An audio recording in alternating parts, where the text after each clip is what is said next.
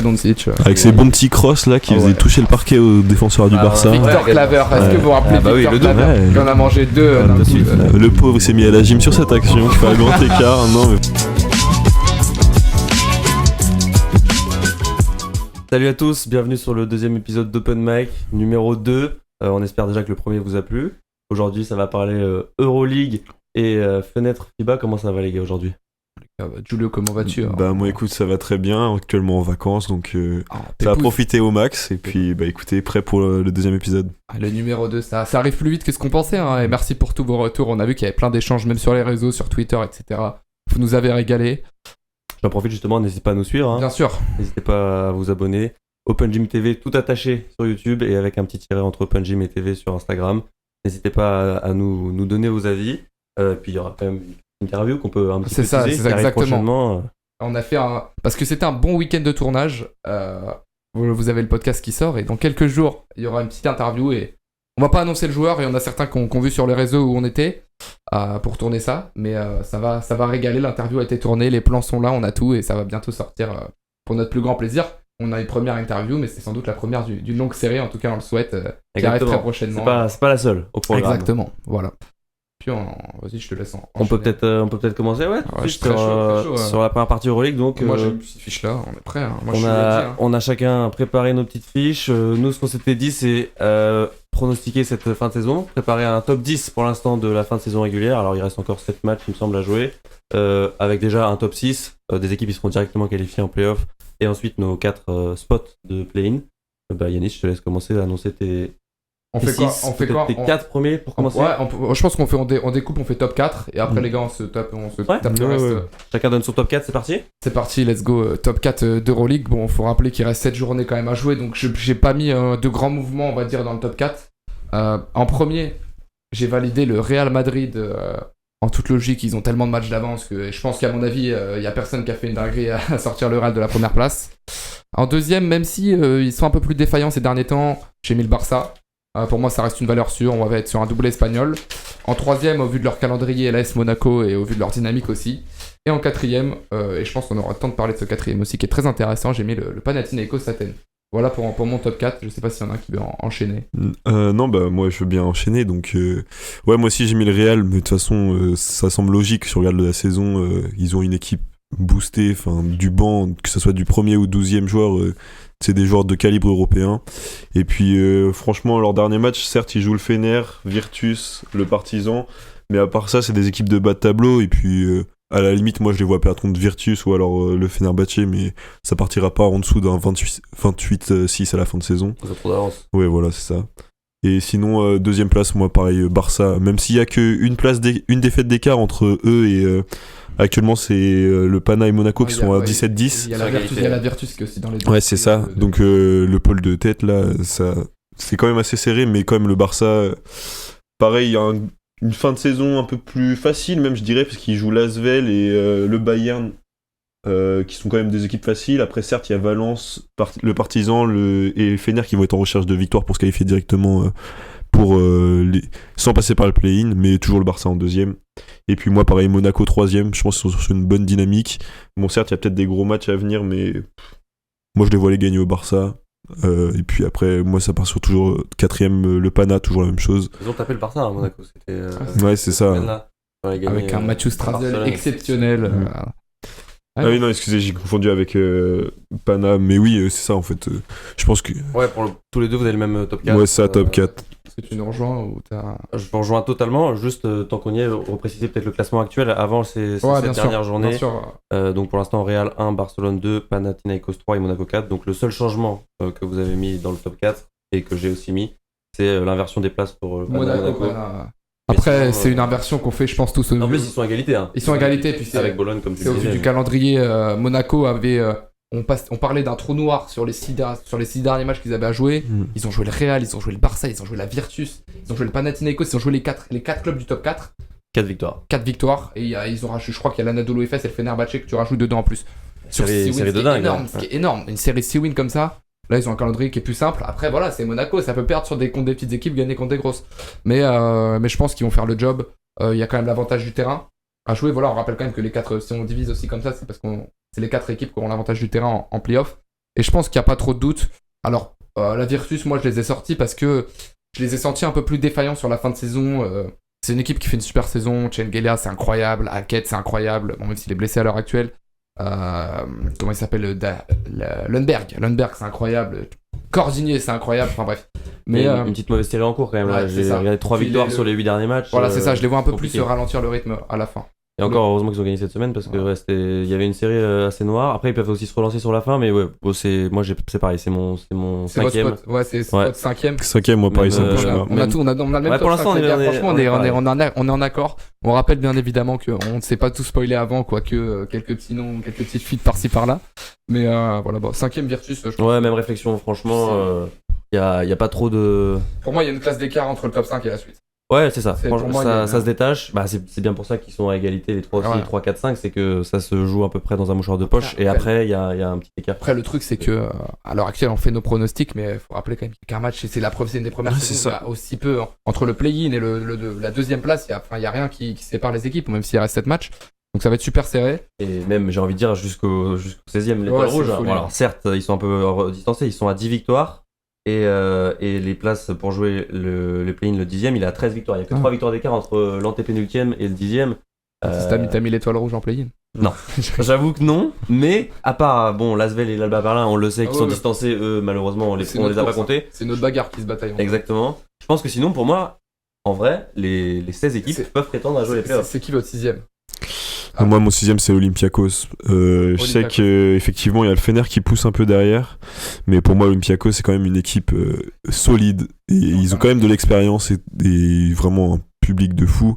Et je pense qu'en regardant les matchs qui leur arrivent, bon, certes, ils prennent le Virtus, le Pana et le Fenerbahçe en dernier match. Je les vois quand même maîtriser leur fin de saison et puis De arriver. toute façon, hein, on est sur un calendrier potentiellement qui va se décider à la 34e journée. C'est ça, ouais. Il y a des confrontations directes qui vont être Ouais, il y a très il y a intéressantes. notamment dans le play-in. Ouais, on a pas mal de bons gros derbys même, que ça soit dans les équipes. Enfin, Milan-Virtus, c'est pas encore un gros derby, Ouais. mais ça reste quand même Ouais. un bon gros duel. Et puis il y a un Pana Olympiakos aussi, je crois bien. Mais ça va être pas mal. Ouais, c'est clair. Toi, t'as mis qui? J'ai mis Olympiakos. l'Olympiakos. Mais moi aussi, j'ai mis. Mais attendez, les frères. On a le même 6. Les gars. Tout Ouais, parfait, non, on est tous en franchement, accord. On est tous en accord. Certes, j'ai regardé par rapport à la saison dernière, ils ont déjà une défaite de plus parce qu'ils avaient fini premier de la saison régulière, on le rappelle.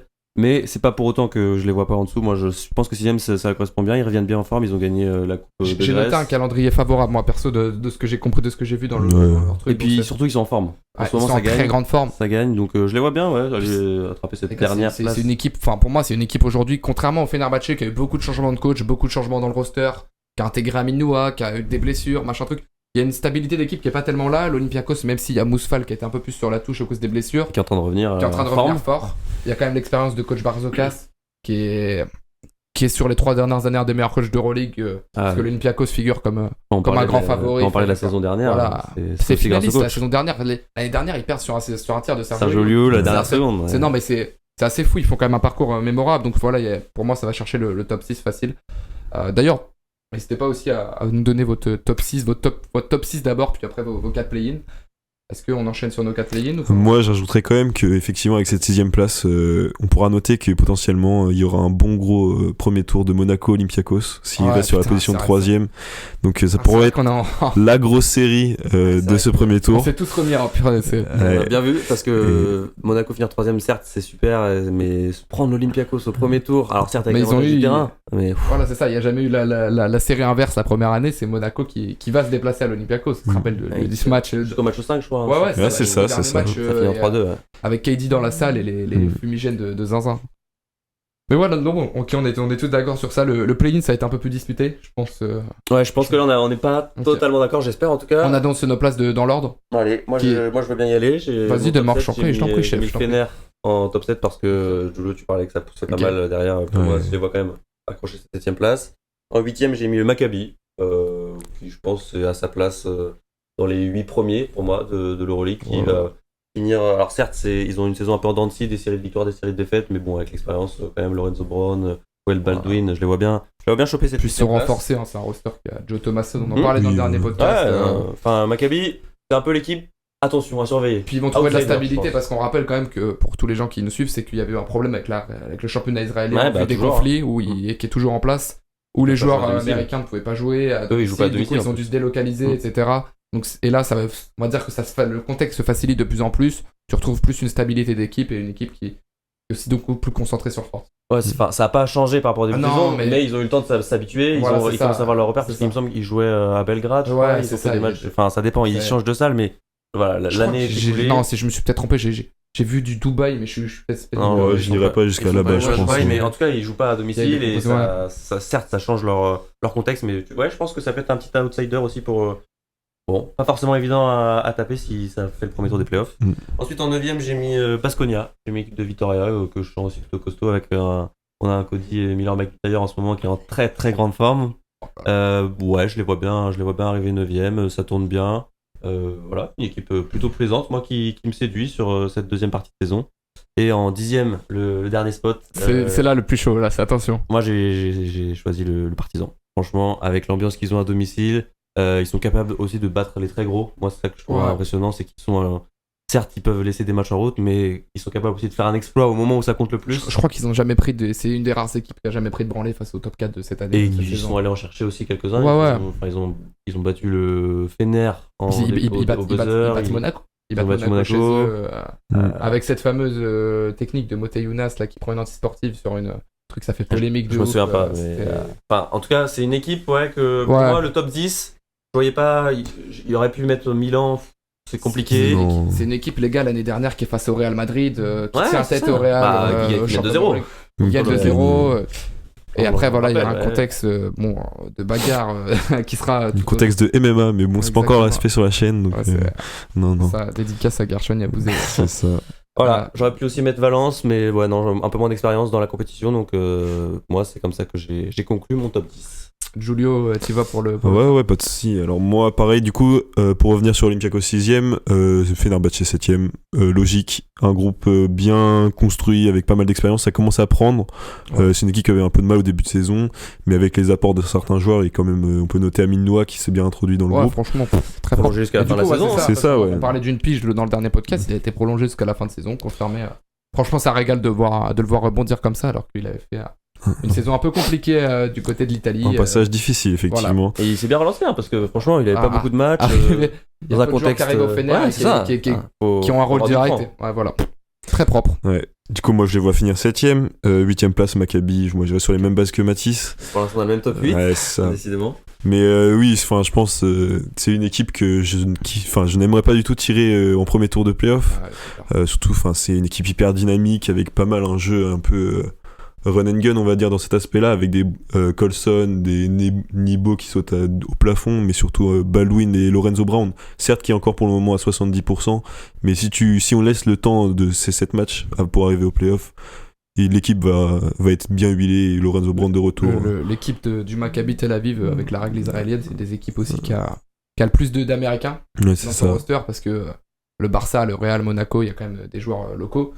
C'est une équipe qui joue aussi beaucoup sur les aspects qualité athlétique de ces Ricains de courir Ouais, en c'est avant sûr. et c'est impressionnant. Puis même les talents individuels. Bon, même si on compte Lorenzo Brown à l'heure actuelle comme un Espagnol, je sais pas si. Voilà. Ouais, On aura ouais. l'occasion Ça, d'en c'est parler dit, ça, c'est dit, parce dans la deuxième qu'on partie. aura l'occasion d'en parler dans les fenêtres internationales. C'est ça. Et moi, 9ème place, j'ai mis Partizan. J'ai Ok. sauté Ah ouais, tu les vois Baskonia. vraiment step up remonter. Ah ouais, non, moi je les vois fin de saison bouillante. Je sais pas, je sens que pour le moment ça va revenir fort sur une fin de saison avec, j'espère, un groupe bien huilé. En tout cas, c'est une équipe qui me plaît. Il y a des joueurs bien, des patrons, Kevin Punter, Avramovic, là pour le moment qui a fait une trêve internationale pas mal avec. Qui a payé ouais. record en carrière là Ouais. en Euroleague, c'était excellent. C'est ça. FED aussi. Ouais, franchement, une équipe bien solide. Et certes, peut-être un calendrier un peu plus difficile, mais moi je les vois prendre la majorité de leurs matchs et puis finir 9ème. Et en 10ème place, j'ai mis Baskonia. Tout inversé avec moi. Ouais, c'est ça. Le Par 9 et la contre, 10. Baskonia, moi je les vois un peu plus en dessous sur cette fin de saison. Je sais pas. Un rythme pareil, un peu rapide, mais j'ai l'impression que un peu instable. Mais sûrement un doute qui sera négligé au fil des matchs. Mais effectivement, moi je les vois 10ème et à égalité avec Valence, mais Valence du coup qui finit 11ème.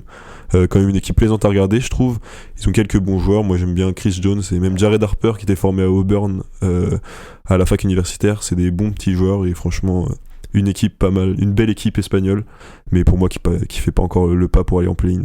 Mais voilà, du coup c'est ça mon top 10. Intéressant parce que tu vois, tu parles de Valence que toi tu vois finir 11ème, qui est pour l'instant en 10ème. Alors certes, à égalité avec le Partizan, et le Partizan, toi tu les vois finir, donc tu disais 9ème, tu les vois remonter à la fois devant Valence et devant Baskonia. Tu vois Baskonia chuter de 2 places. Il reste encore un peu de mouvement, mais en même temps, comme tu disais, Yanis, tout se joue à une victoire ou deux. En 7 matchs, il peut se passer pas mal. Ouais, une mauvaise passe. Pas mal de choses, mais c'est chaud quand même. Mais à la fois, en fait, c'est dans les deux sens. Ça va dans les deux sens.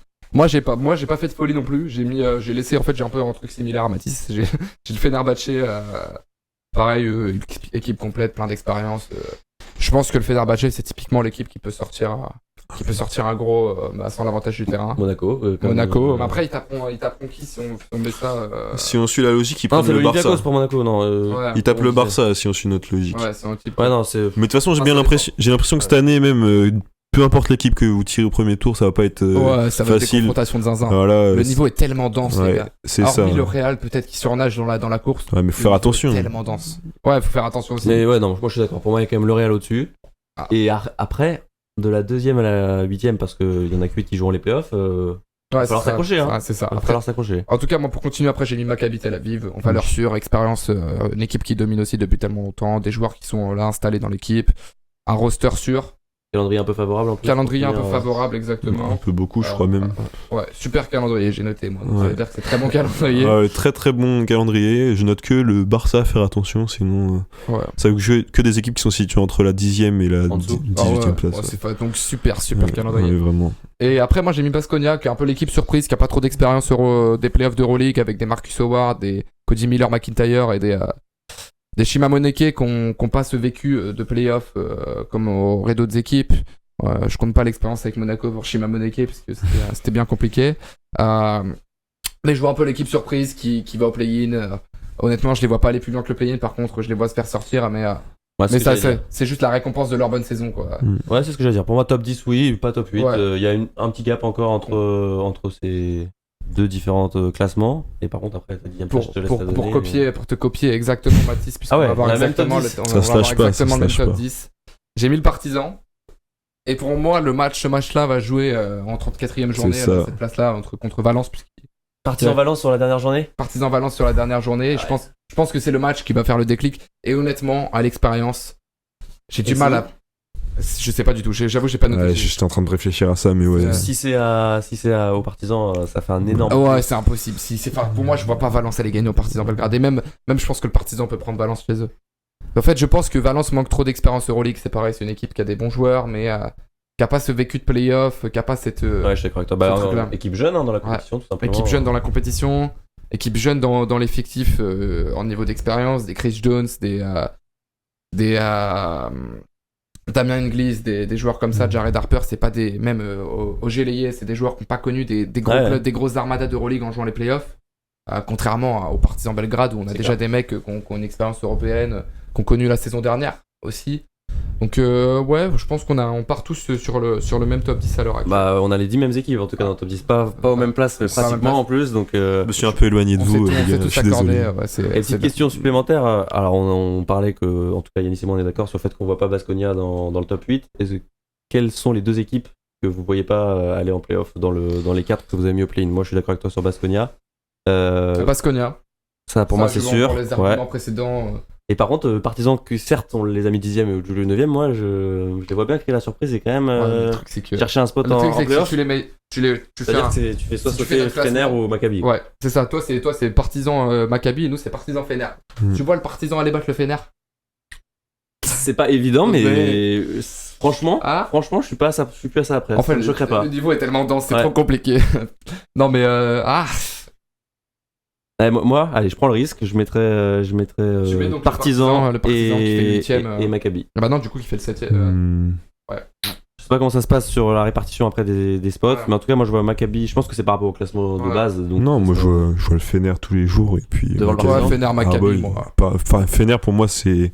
C'est un bon match amical qu'ils vont faire. Pour moi, ils vont passer facile. Parce que toi tu les as mis contre Baskonia. Ah oui, mais peu importe l'équipe, je pense. On va couper l'extrait, sortez-le sur TikTok. Non, mais Fenerbahçe, franchement. pour moi, je les vois pas du tout inquiets. Bon, après, ils ont quand même des entraînements à faire, mais effectivement, serein. Et puis, ouais, non, moi, je partirais plus sur Maccabi. Maccabi aussi, ouais. La marche est trop grande. Maccabi, ça va le faire pour moi, pas de problème. Parce que c'est pas encore le grand partisan de l'année dernière. L'année dernière, il y avait une vraie dynamique de groupe, enfin, genre, un vrai basket. Et là, j'ai l'impression qu'ils ont un peu perdu ça. Mais du coup, ouais, Maccabi, je pense que ça va les punir. Accessoirement, enfin, on va pas rentrer dans les débats parce que c'est pas le débat de la question, mais accessoirement, le Partizan cette année, ils ont perdu quand même le meilleur 5 d'Euroleague, Mathias Le Sort, qui a sorti un match exceptionnel contre le Real Madrid. Ouais, un vrai plaisir pour les yeux. Exactement. Il a détruit Vincent Poirier sur un dunk.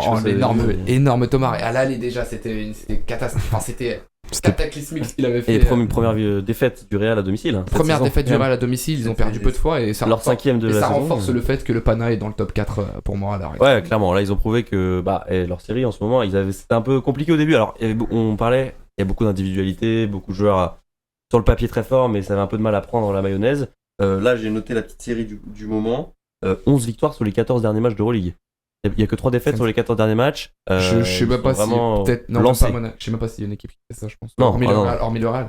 Non, il n'y a pas de. Le Real, ils font même pas. Je sais pas, ça, si, je pense. En termes d'équivalence, il doit y avoir le Real, mais c'est pas plus. Ouais, non, clairement. C'est insane. Non, mais ouais, surtout qu'au Pana, moi, je noterais quand même Kendrick Nunn qui s'est bien acclimaté. Incroyable. Franchement. Même déjà en NBA, moi c'était un joueur que j'appréciais regarder, du moins parce que petite taille, mais quand même hyper explosif. Est-ce qu'il y en a qui se rappellent de la bulle 2020? Ah bah non, mais joueur hors norme. Pour moi, des qualités athlétiques, même au niveau du shoot, c'est abusé. C'est un joueur, pour moi, il a pas spécialement sa place en Euroleague, mais effectivement, attraper des spots en NBA, c'est compliqué.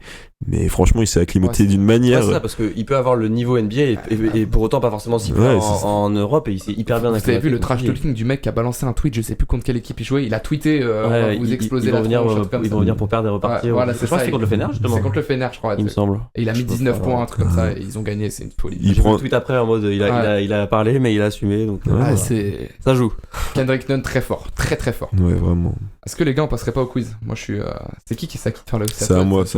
Parce qu'on le rappelle, petit quiz à la fin de chaque sujet. On prépare 2 sujets en amont de l'émission et donc un quiz.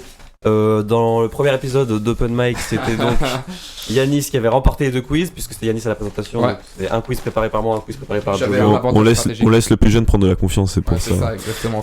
Et donc aujourd'hui, comme c'est moi qui fais la présentation, un quiz préparé par Jojo, un quiz préparé par Yanis, et on rappelle le score. Donc il y aura forcément un autre vainqueur. Ouais. Sur le dernier quiz sur les fenêtres internationales, ça sera soit Jojo, soit moi qui vais remporter. Mais donc pour l'instant 2-0 en faveur de Yanis, on fait le petit cumul, n'hésitez pas à jouer. Ouais, n'hésitez pas à jouer, c'est cool. On a vu qu'il y avait pas mal de retours aussi sur les petits quiz. Et donnez vos avis sur vos top 10, Yanis tu l'as déjà dit, mais ça nous intéresse de voir comment est-ce que vous envisagez cette fin de saison d'Euroleague qui s'annonce palpitante. Ouais, et puis voilà, sur les rosters équipe de France, on a vu beaucoup de retours, que ça soit dans les commentaires YouTube, sur Twitter aussi, ça a pas mal interagi. Sur Twitter, les gars, on a fait un tweet qui a fait, je sais pas, une 20 000 vues, un truc comme ça, et c'est pas mal d'interactions, donc vous régalez les frères. Avec du Rodrigue Bobo à réclamer, effectivement. Ouais, du Rodrigue Bobo à réclamer. Je crois qu'il y a eu pire que Rodrigue Bobo. Fabien Causeur, c'est comme ça. Fabien Causeur, il a eu. C'est un bon joueur. Il avait un antécédent, je crois, avec l'équipe de France. Il voulait pas y aller, je crois, des fois. On n'a pas vu de Mathieu Strazen. En tout cas, bon joueur. Non, mais oui, c'est aussi intéressant de voir les points de vue de chacun et que certes, c'est des joueurs qui peuvent être intéressant d'un point de vue basket pur, mais après s'intégrer dans un collectif c'est compliqué. Très subjectif. Mais voilà, c'est intéressant. Et on s'est fait taper dessus quand même sur le fait qu'on avait tous mis De Colo dans notre 5 pages. Ouais, oui, c'est vrai. J'ai hésité, moi je reste sur ma position. Ouais, non, mais des derniers matchs. Moi aussi, j'assume, mais c'est vrai qu'on a manqué d'assurance sur les postes de meneur. Découpons ce quiz désormais. Allez, découpons ce quiz. Son quiz réparti en 5 questions. Alors effectivement, on va traiter un peu l'Euroleague, donc on va traiter ça de manière générale. Donc c'est vraiment surtout sur les équipes et puis après sur les joueurs, les performances individuelles. Donc la première question, on va partir sur quelque chose un peu, vous allez voir. J'adore le teasing. J'adore. Donc je précise, je précise qu'à l'époque l'Euroleague, dénommé l'Euroleague, c'est apparu en 2004 et du moins avant il y avait plusieurs compétitions européennes. Et donc là on va revenir sur une d'entre elles. Donc à l'époque de la Ligue des Champions d'Europe, quelle équipe française avait remporté l'édition 93? Oh là là là. Donc facile pour commencer. C'est vraiment facile. Mais bon, c'est gentil. Facile, on respecte tout le monde, mais quand même. Nanterre 92. Limoges CSP. Limoges CSP. Maman, effectivement, c'était bien ça. 93 la même année que l'OM pour les footeux. Avec des champions. Oui, effectivement. Une belle équipe. peu mouillé la brosse. Il y avait une belle équipe avec des joueurs comme Franck Butter, Jim Bilba. On votait aujourd'hui dans le club en plus. Ouais, bon, administrativement, ouais, c'est ça. Je ne sais, j'ai pas le poste exact, donc je vais pas faire. Mais je sais qu'il a intégré les hautes sphères du Limoges SP. Bon, première question. Première question facile, après c'est quand même pour essayer de rebondir que peut-être cette année Monaco sera le deuxième, même bon, on verra ça au fil du... Hein. Voilà, c'est ça. C'est tout ce qu'on peut leur souhaiter, même si bon, c'est pas vraiment une ville française, mais en tout cas ça joue dans le championnat de France. Oui, voilà, effectivement. Bon, après on part sur la deuxième question. Donc là on va partir plus sur les coachs. Donc effectivement...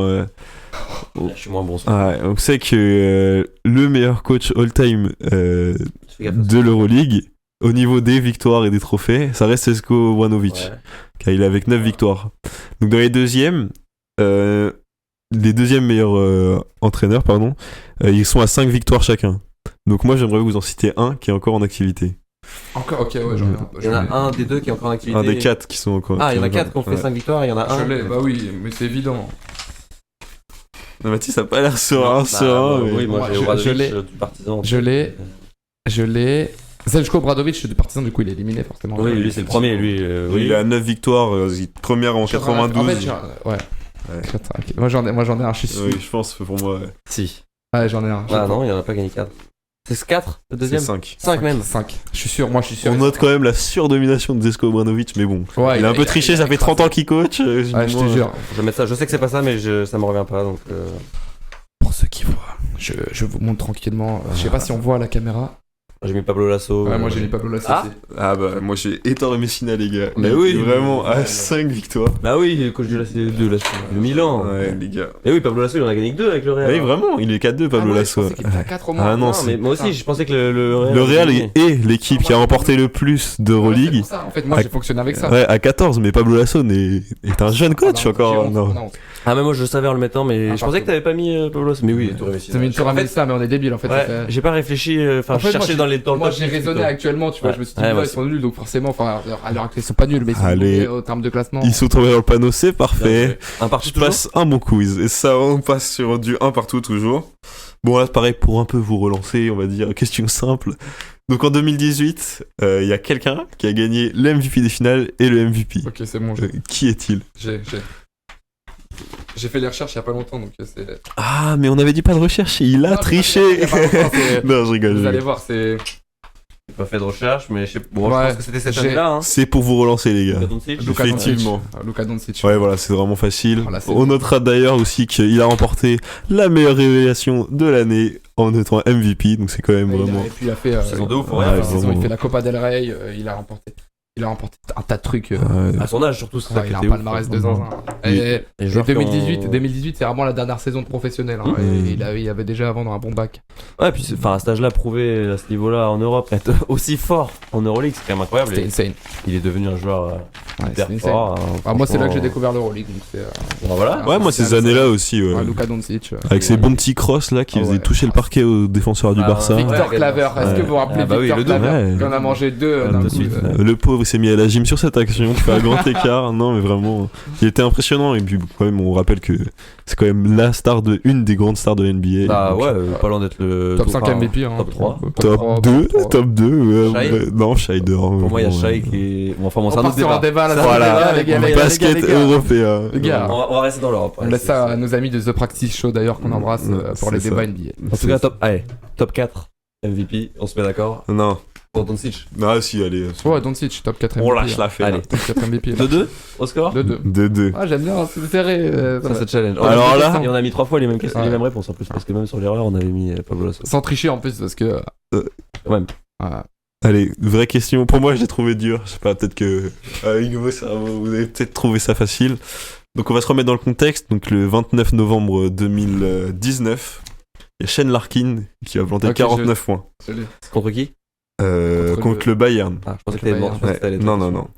Donc, c'est la référence du scoring depuis 2004. T'as dit combien de points? 49. 49, ouais, c'est ça. Ouais. Mais 8 jours plus tard, il y a quelqu'un qui a mis 41 points. Oh putain. Qui est-il? Oh là là. Allez, bon. Alors là. Je vous laisse vraiment dans cette. 2019. Oh la vache. Et effectivement, Si vous voulez un indice, je vous laisse un peu dans ce brouillard, vous immiscer dans vos recherches, mais après il y a un indice qui va peut-être vous emmener. Et c'est pas Shane Larkin une deuxième fois. Non. Ça aurait pu tellement être. Shane Larkin, que je rappelle, Il est exceptionnel. ouais, à l'époque inarrêtable, injouable. Exceptionnel. MVP, il s'est arrêté à cause du Covid, hein, mais c'était MVP sûr. Je l'ai pas du tout. Franchement. Ok, si vous voulez, un petit indice. C'est un joueur du Pana, et ça s'était réalisé pendant le duel des ennemis contre Olympiakos, dans un match fou que j'ai revu pour réaliser ces questions. Et je me rappelle comme si c'était hier, un énorme match. Le roster du Pan à l'époque. Ah bah, c'est compliqué, hein. Carte blanche, hein. C'est fini. 2019 Pana, joueur ultra offensif. Pour moi, un des joueurs que j'ai adoré au début de mes années à regarder l'Euroleague, si vous voulez, je vous donne, c'est un Américain qui s'est naturalisé monténégrin. Je voulais que je le sorte. Non, on va écrire. Attends. Monténégrin, ça fait moi, je peux penser l'avoir. à Cobbs, à Justin Cobbs. Je sais pas lui, parce qu'il a pas le message. Ouais, change de question. Monténégrin, il y a Kendrick Perry, Derek Williams. Ah, Derek Williams. Ah, bah, je sais pas, peut-être bon joueur NBA, mais est-ce qu'il a mis 41 points Non. C'est un arrière, attends. Moi j'ai rien. Ah si, attends, un mec crâne chauve un peu là. Ah, moi je dis rien. J'ai la tête du Moi mec. ça me revient pas du tout. Ouais, je crois que Yanis est sur la bonne voie. J'ai la tête du mec. Mais t'inquiète, Derek Williams, c'est une bonne réponse, franchement. Un mec, un meneur un peu. Un meneur hyper chaud. gainé, trop fort. Tyrese Rice, un truc comme ça. Ah, note-le. Rice, un truc comme ça. Ouais. Ah putain, j'ai. Moi je mettrais rien parce que. Je vais mettre Tyrese Rice, mais c'est pas ça. Ah, c'est clairement ça, gars. C'est clairement Tyrese Rice. Il était vraiment boosté à ses époques. Bien joué. Attends, frère, alors là, Ouais. celui-là. Chapeau. Celui-là, il a cherché bien loin. Celui-là, putain. Je rappelle que j'ai donné 40 indices pour qu'il trouve, mais effectivement, belle perf. Ouais. Je savais même pas qu'il était monténégrin. Ah, il s'était naturalisé. Tyrese Rice. Non, mais à l'époque, c'était boosté. C'est les joueurs trop forts avec son grand bandeau là et son crâne bien luisant. C'était incroyable. Jimmy Williams, c'est impressionnant. Vraiment. Ah, je suis très 3-2. content de moi, je suis désolé. Ah hein, non, je suis bah, désolé, tu peux j'ai flex, un tu peux flex, flex. ouais. 2-1, Mathis. 3-2. On était censé 3-2. 3-2, excusez-moi. Ouais. On était censé l'anéantir là. Qu'est-ce qui se passe? Allez. Dernière question, pour Ouais, revenir à égalité, égalité. ouais. T'en as une sixième au cas où ou pas? Ouais, j'en ai une cinquième. Ouais, mais Ouais, si c'est pas grave, égalité. Au pire. Si à égalité, vous êtes amis, les gars. Ouais, Il y a la pas de prochaine souci. fois, on se bat- Allez. on se bat sur le Ouais. canapé, puis Faut que voilà. tu te trompes, Yanis. Ouais. Alors là, ça va être une question un peu pareil. Faut connaître. Donc, quel joueur n'a pas remporté de trophée du MVP des finales de Final Four? Donc, parmi Ekpe Udoh, Will Clyburn, Tyrese Rice et Nikola Mirotic. Quel joueur ne l'a pas remporté?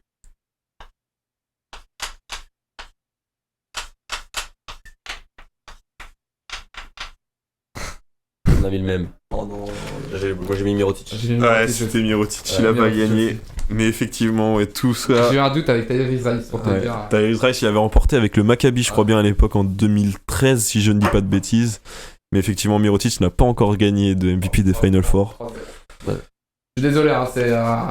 3-0-0, mais on se rapproche. La dernière fois, la Non, il y avait, le premier là, il y quiz, avait c'était, belle confrontation. Ouais. J'avoue que sans les indices de Julio, Tyrese Rice, je l'aurais pas eu, donc on est un peu sur une même. Merci pour ces indices-là. Et voilà, c'est tout pour moi. Petit quiz d'Euroleague. Bien joué Yanis. Enfin, Victoire à Ouais, non, Patrick. franchement. Bravo pour la recherche des questions. Fini l'Euroleague, allez on passe aux news, aux actus, deuxième petite partie pour faire la petite transition avec ensuite notre deuxième sujet qui sera sur les fenêtres internationales. Yanis, je te laisse commencer, de quoi tu vas nous parler pour ces petites news? Let's go. Bah écoutez, on a une petite période de trêve, messieurs, donc forcément il y a eu des transferts à gogo. On parle de LNB, bien évidemment, de BetClick Elite principalement. Je pense que c'est important d'énumérer un petit peu les transferts qu'il y a pu avoir et aussi un peu les performances des premiers joueurs, puisque à l'heure actuelle, pour savoir, pour les gens qui sont dans notre plus profonde intimité, on tourne ce podcast le dimanche midi, donc Dimanche 3 mars. voilà, c'est ça. On n'a pas encore les matchs du dimanche après-midi, mais on a les matchs du samedi qui sont joués. Premier transfert d'importance, libéré Boris, comme on dit, Boris Dalot qui part de l'Asvel et qui rejoint la SIG Strasbourg, club par lequel il était passé. Pour son plus grand bien, je pense. Ouais, c'est un plaisir pour lui. Et voilà, c'est ça. Il retrouve du temps de jeu, il retrouve des responsabilités. Et il a dit en déclaration en plus que l'Asvel pour lui n'était pas un échec puisqu'on lui a pas donné sa chance. C'était paru dans P-Basket. Ça, donc voilà. En tout cas, nous, c'est vraiment. On connaît les qualités du joueur. Fort Et, joueur même. Voilà, c'est ça. Et franchement, pour un mec qui est autant polyvalent, ça nous régale juste de pouvoir le revoir jouer. Et en plus, si c'est en France et à Strasbourg, pour notre plus grand plaisir. Il y a notamment un Strasbourg-Asvel qui est prévu. Je pense qu'il va avoir à cœur de prendre sa revanche, l'ami Boris Dallo. Et aussi, je pense que tu vas en parler de Cholet, Johnson. Ouais, ça arrive, c'est le prochain. Parce que moi, j'étais un peu étonné de ne pas voir Cholet retoquer à la porte pour Boris Dallo, parce qu'on sait qu'il a fait les beaux jours Après, de CB l'année dernière. C'est dans le profil, je pense qu'ils ont recherché. Ouais, c'est. Mais on rappelle quand même, du coup, pour les gens, tu me lances en transition là, parfaite. Il y a Craig Randall, le shooter fou, qui est parti, qui tirait 9-3 points par match en moyenne, ou 9 ou 10. Et je crois qu'il a eu le record du nombre de 3 points tentés dans un match. Il a dû en prendre 17. C'était contre Blois, il en a pris 18 ou un truc comme ça. C'est le record de l'histoire. C'est le record de l'histoire, et il en a pris 27 en 2 matchs. Moi je comprends, je lui en veux pas. Sniper. Non, et du coup, il est remplacé par un Américain qu'on a déjà vu dans les circuits en France, Nick Johnson, qui est passé à Nanterre, dans un poste de plus de meneur arrière. Ça va bien compléter le roster de Cholet, qui avait besoin aussi d'un extérieur pour compléter avec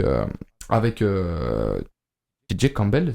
Oui, c'est ça. Effectivement, c'est pas le même profil que Boris Dallo, JFL. Voilà, c'est ça. Boris Dallo est plus en 3, il y a déjà pas mal de. Après, non, il joue quand même meneur à Cholet, Boris Dallo. Enfin, en tout cas, du moins organisateur, il jouait Boris Dallo.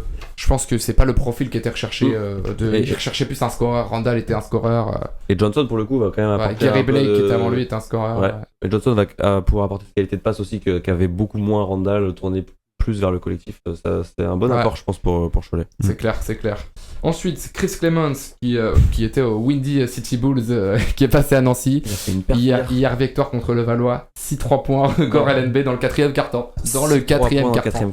Il m'a choqué. Après, j'ai regardé les actions, les gars. Franchement, la défense de Levallois, on n'en parle pas. Mais après, il les prend quand même de loin. Les tirs de la fin, ils sont durs pour moi. Ça sort pas sur les pieds. Les 3 derniers, il y a un bras. Il y a des shoots compliqués, mais le gars est un scoreur. Meneur américain référencé qui a joué au Rockets, il me semble. Qui a joué au Rockets, qui était la doublure de Westbrook. La doublure de Harden, Chris Paul. C'était cette saison-là où ils ont les Warriors et ils sont à 2 doigts d'aller gagner le titre. Donc ça fait un très bon joueur qui est arrivé, qui a déjà apporté. Godwin Omenaka aussi, ça c'était la grosse surprise des transferts, le pivot nigérian qui passe de la JL Bourg au SLUC Nancy, qui était pivot titulaire hier pareil, 35 minutes. Un gros double-double, 11 points, 13 rebonds, 24 d'évaluation. Meilleure évaluation de Nancy, donc voilà, réussite pour le pivot qui... Pour mettre fin à la série de Noirs de Nancy aussi. Exactement, première victoire de 2024. Peut-être même que le départ de Omenaka de la JL Bourg va peut-être leur poser des problèmes parce qu'ils se retrouvent qu'avec 3 pivots, mais bon, ça on verra au fil mais après... Omenaka, on va dire, était aussi là pour pallier l'absence de Bodian, même s'il a été signé en début de saison, pour pallier l'absence de Bodian Massa. Bodian Massa est revenu. Il fait un gros match hier. Et MVP, c'est ça, et puis il est incroyable depuis les derniers matchs. Il fait un gros match hier. A libéré le joueur aussi parce qu'il y a Massa qui revient en très grande forme. On parle de gros joueurs, messieurs. Comment ne pas parler de Sekou Doumbouya après de multiples échecs, on va dire, d'entraînement dans les clubs. Il est passé à Maroussi, où ça n'a pas abouti. Il avait fait la prépa avec l'AS Monaco. Alors, les gens parlent d'un échec à l'AS Monaco, mais c'est juste un partenaire d'entraînement comme Giovanni Odiangé l'a été, comme beaucoup d'autres joueurs, sans avoir de promesse d'embauche derrière, etc. Il était à l'entraînement du côté de Palencia, relégué, lanterne rouge du club d'Espagne, et il a eu un petit coup de fil de Jean-Denis Choulet pour aller faire un test de 10 jours. Test très concluant, il a fait un très bon match contre Saint-Chamond en amical. Pendant la trêve, Premier match face c'était face à... Je vais me tromper. C'était à Strasbourg. Face à Strasbourg, exactement. Et très bonne perf, 18 points, 6 rebonds, 18 déballes. 10 points dans le premier quart-temps notamment. Donc voilà, un joueur français, très longtemps gros prospect, qu'on revoit dans les circuits français, ça nous fait plaisir de revoir des qualités athlétiques sûres. Et puis voilà, il a confirmé dans ce premier match et il sera très important pour la fin de saison de la chorale de Roanne qui est actuelle 17ème de Betclic Elite. Ouais, et puis surtout important pour se relancer mentalement. Il l'a dit en interview aussi qu'il est passé par des passages très compliqués, il a hésité à arrêter le basket. Enfin voilà, il y a eu un problème de comportement. Ouais, il y a eu beaucoup de choses. Un entourage apparemment qui était très défectueux pour lui et qui lui a... Beaucoup de choses autour de Sekou Doumbouya et non sur sa personne. Là, voilà, il va pouvoir se concentrer sur le basket, reprendre du plaisir, se montrer aussi en France parce que mine de rien, il a des cartes à jouer pour pourquoi pas viser plus haut. Il est revenu affûté. Là, il est taillé physiquement. Enfin, c'était il y a une période de Sekou Doumbouya, on voyait des vidéos tourner sur les réseaux où le mec était hors de forme. Et là, ça a l'air d'aller. Ça fait plaisir surtout de le revoir sur le circuit français et de voir qu'il a toujours le talent qu'il a. Ensuite, pour terminer du côté des joueurs, on a William Howard qui a après 1 an et demi de ligament croisé, qu'on avait vu à Lasvel réellement aux dernières nouvelles, qui est parti du contre incroyable sur Paris League pour le titre. Exactement, pour le titre, et de la même saison, il a un buzzer du milieu de terrain contre Monaco. Et Bourreau de Monaco. ouais, c'est ça. C'était un joueur exceptionnel qui était attendu à Monaco d'ailleurs à l'été. Il y a eu des petites rumeurs que c'était là. Au final, il est parti du côté de Badalone. Il a joué un match, ligament croisé. Et là, il revient enfin après 2 ans. Il n'a pas joué au basket depuis 2022. Il a joué hier avec Le Mans, du coup. À Bourg. Le Mans, à Bourg. Il a joué 11 minutes, 5 points seulement. Mais ça fait plaisir de le revoir à l'entraînement. Il pourra apporter gros shooter. Gros shooter. On va voir comment c'est la reprise. On sait que ça va être du progressif parce que c'est un joueur qui revient quand même de 2 ans d'absence presque. Donc voilà, mais c'est intéressant de revoir aussi William Howard, joueur qui a des sélections autour du cou dans les chemins français. Voilà pour les joueurs et on va terminer avec la news du coach parce que du côté de la Diablo Basket, Michael est après 10 ans de carrière au club fait ses adieux sous les choix de la direction. Et remplacé par le coach qui était assistant, coach de l'année en Espoir Elite l'année dernière et joueur qui a beaucoup de connus aussi de sélection jeune, David Morabito. Accession fulgurante, hein, parce que, comme tu le disais, coach des Espoirs l'année dernière, il est passé assistant sur le début de saison, directement promu titulaire, c'est super pour lui, une belle opportunité pour se lancer, et c'est une de ses premières expériences, voire la première. C'est la première entraîneur principal dans le monde professionnel. Dans un gros club de pro, c'est clair. Et voilà, c'est bon, des responsabilités, un club de bloc et en zone relégable aussi. Va y avoir des choses à jouer. Et David Morabito, entre guillemets, qui prend la relève. L'assistant coach Dominique Renard qui est aussi parti et qui sera remplacé par un ancien de la JAV, Guillaume Suarez, qui arrive pour l'assister. Le 3e assistant sera donc Raphaël Loa, préparateur physique. Voilà pour les news transferts, messieurs. On a vu pas mal de joueurs déjà jouer et ça fait plaisir parce que ça a un peu bougé dans le championnat LNB. On sent qu'il y a des clubs qui ont besoin de se renforcer. Qui ont besoin de changer des petites choses et on va voir si c'est des paris gagnants. Voilà pour mes petits news autour des transferts LNB. Les fameux ajustements de la trêve pour les équipes avant la course, le sprint pour les playoffs. Moi je vais vous parler plus au niveau européen des coupes nationales qui se sont déroulées pendant la trêve justement. Il y a eu pas mal de choses. Pas tant de surprises que ça. Une quand même notable, on va commencer par celle-ci en Italie avec la victoire de Naples. C'est impressionnant ça. Qui a battu Milan quand même. Naples l'année dernière c'était relégable. Hein. C'est une folie. Sur le score de 77 à 72, l'équipe d'Ettore Messina qui était pourtant favori parce qu'il y avait Bologne, l'autre ogre du championnat italien qui est sorti en quart de finale. Donc il y avait un peu, on se disait que le chemin était ouvert pour Milan et qui s'est donc incliné en finale. Désolé Julio. J'ai pleuré. C'est compliqué. C'est pas la belle vie actuellement pour Milan, mais bon, on n'y peut rien. Il y a aussi eu l'Espagne. Quand même, on est obligé de parler de la Coupe du Roi, le Classico. Barça Real en finale, encore une fois remporté par le Real Madrid qui quand même a une domination sur son rival, la Maison Blanche qui s'est imposée en finale. Je pense que c'est le trophée qu'ils attendaient, enfin qui est prenable facilement pour eux et je pense que c'est pas le dernier qu'ils ont envie de prendre à mon avis, le Real. Oui, c'est sûr que cette saison en tout cas, c'était pas l'objectif principal, c'est pas encore le trophée qui vise. C'est un échauffement quoi pour eux, c'est ça. Mais il fallait aller le chercher parce que le Barça, c'est aussi le 2e d'Euroleague, la domination espagnole en tête du classement d'Euroleague est présente et il fallait s'imposer. Et puis même envoyer un message à son concurrent direct. Donc voilà, belle victoire pour nos 3 Français du Real que sont Yabusele, Poirier et Causeur.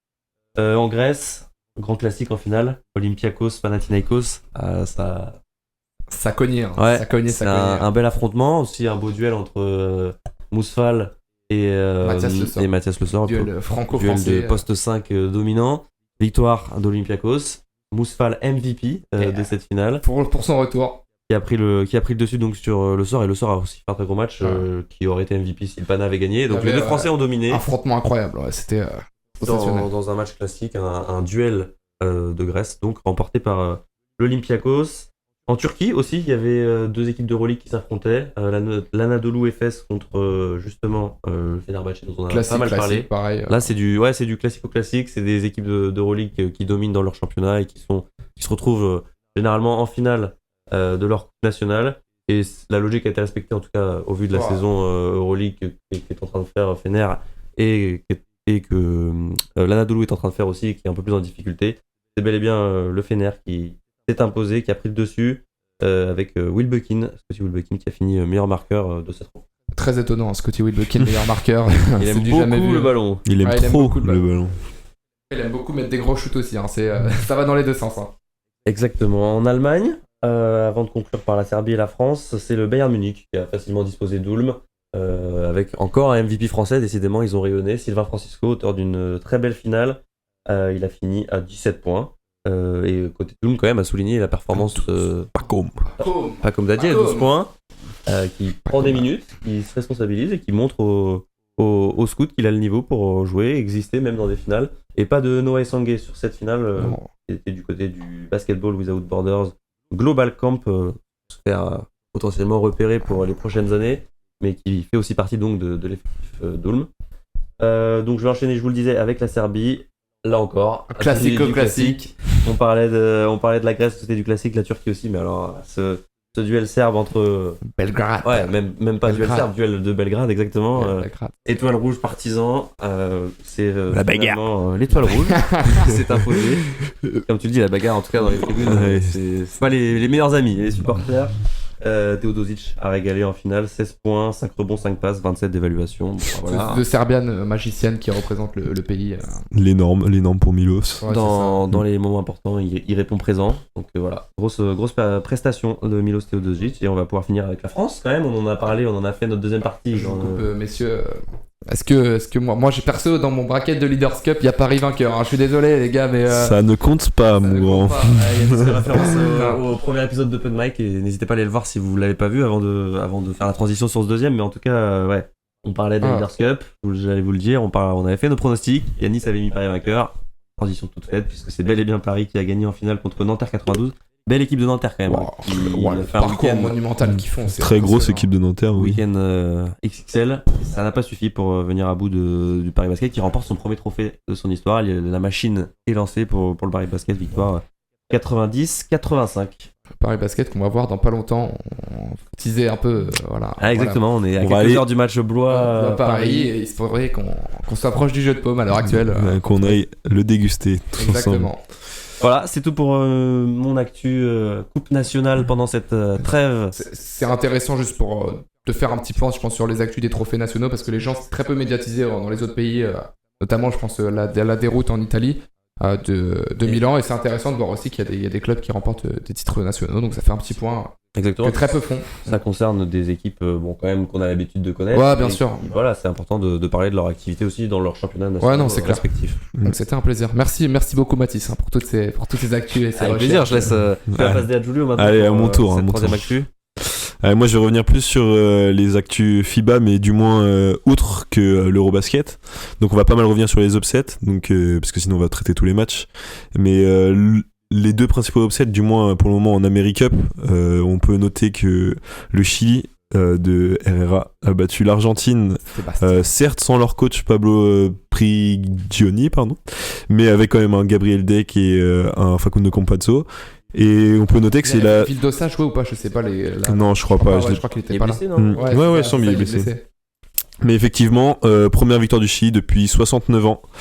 Leur dernière victoire, elle date de 1955. Donc effectivement, ça change. Gros upset historique même. Ils ont été portés par un Suarez à 29 points.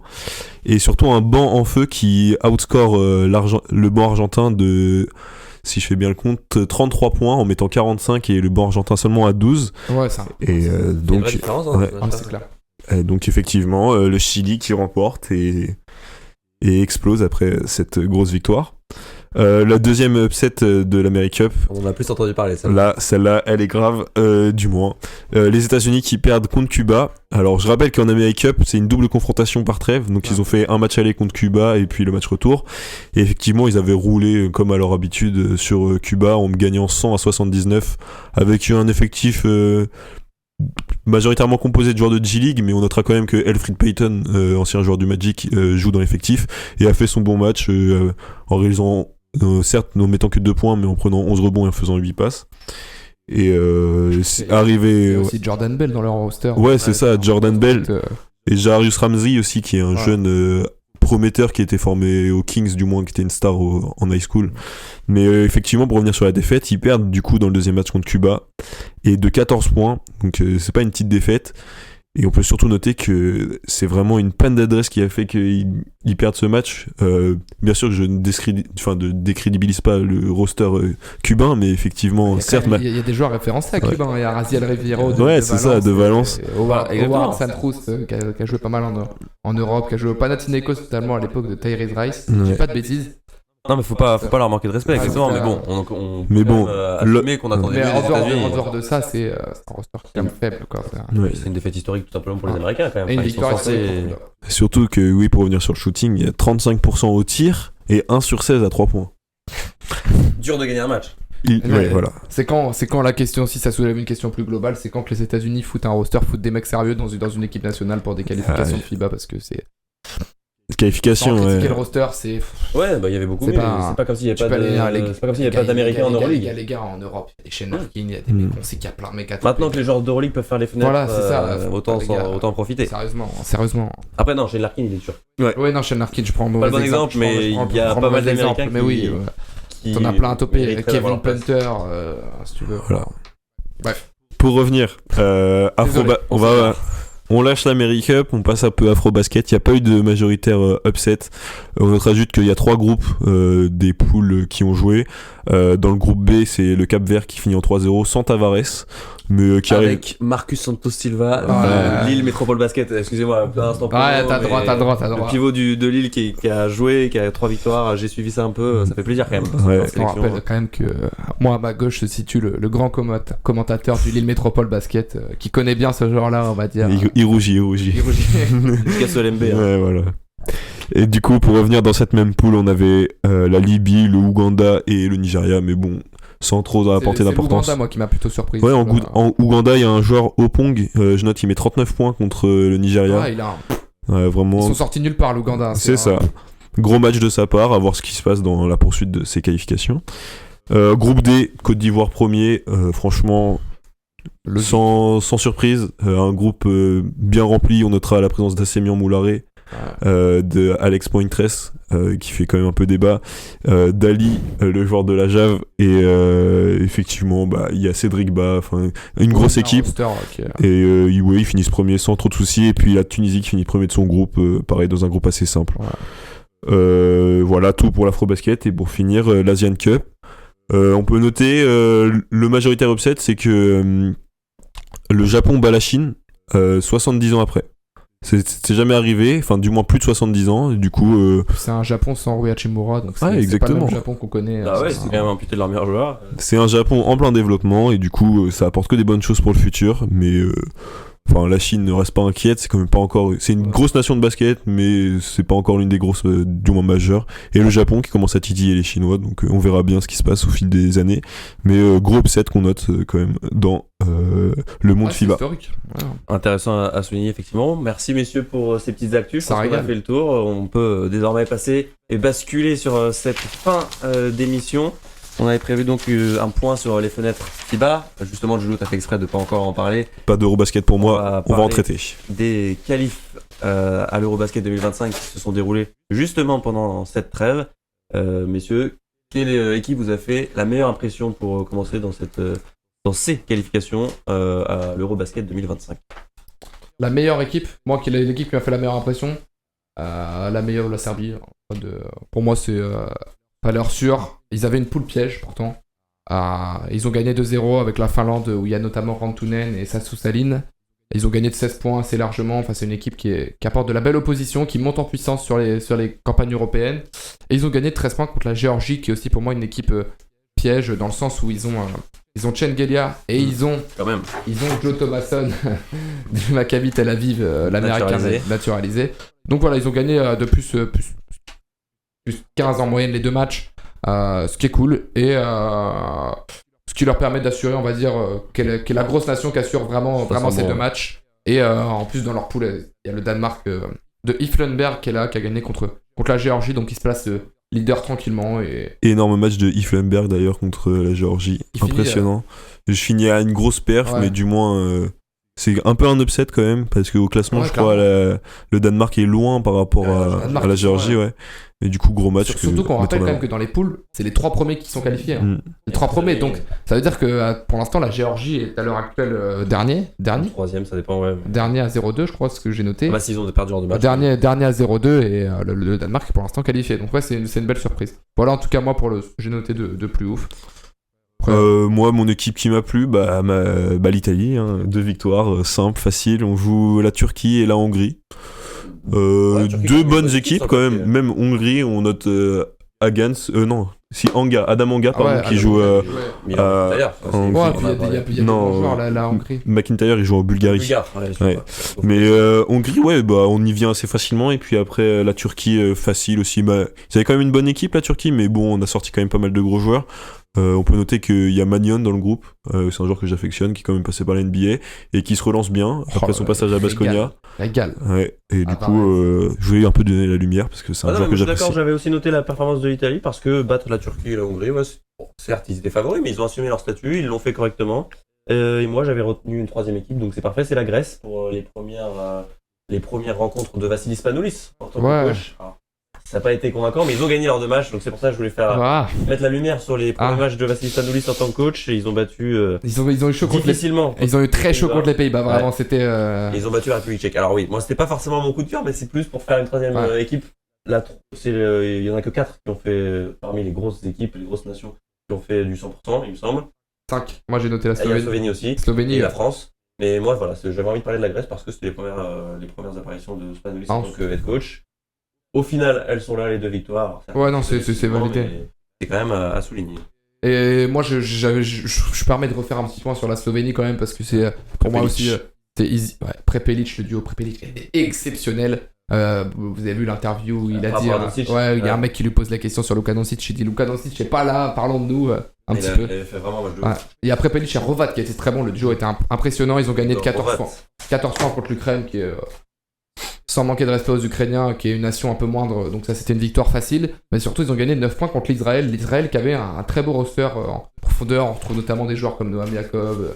Il y avait Tomer Ginat. Sarkin, je crois. Sarkin, ouais, Roman Sorkin qui était là. Il y avait Ben Saraf, Ziftaf, Yves, le mec de Saint-Quentin. Ouais. Donc il y avait un roster avec des joueurs et on perd le micro de Mathis à l'heure actuelle. Ok. Et hop, c'est parti. Du coup, bon, on a eu une petite chute de micro, on est reparti. Tout va bien. On était, ça, tout va bien, plus de peur que de mal. On était sur l'Israël, les gars, et je parlais juste du fait que l'Israël avait un bon roster composé de joueurs comme Yaakov, comme Saraf, comme Tomer Ginat. Notamment. Yves, ouais, c'est ça, voilà. Donc c'était. Et la victoire de la Slovénie, donc qui m'a aussi impressionné. Voilà pour mon petit point sur ça. Maintenant, il va quand même falloir qu'on parle de l'Espagne, messieurs, parce que là, il y a un gros dossier à ouvrir. Damn. La crise. 2 défaites de l'Espagne, rien ne va plus, avec, j'ai noté, une deuxième défaite contre la Bulgarie où il marque que 53 points. Non, c'est contre la Belgique qui met de 53 points. Contre la Belgique, qui met 53 points. Je m'en mêle les pinceaux. On t'en veut pas. J'ai un peu de mal avec la Bulgarie tout à l'heure déjà, j'ai confondu avec la Hongrie.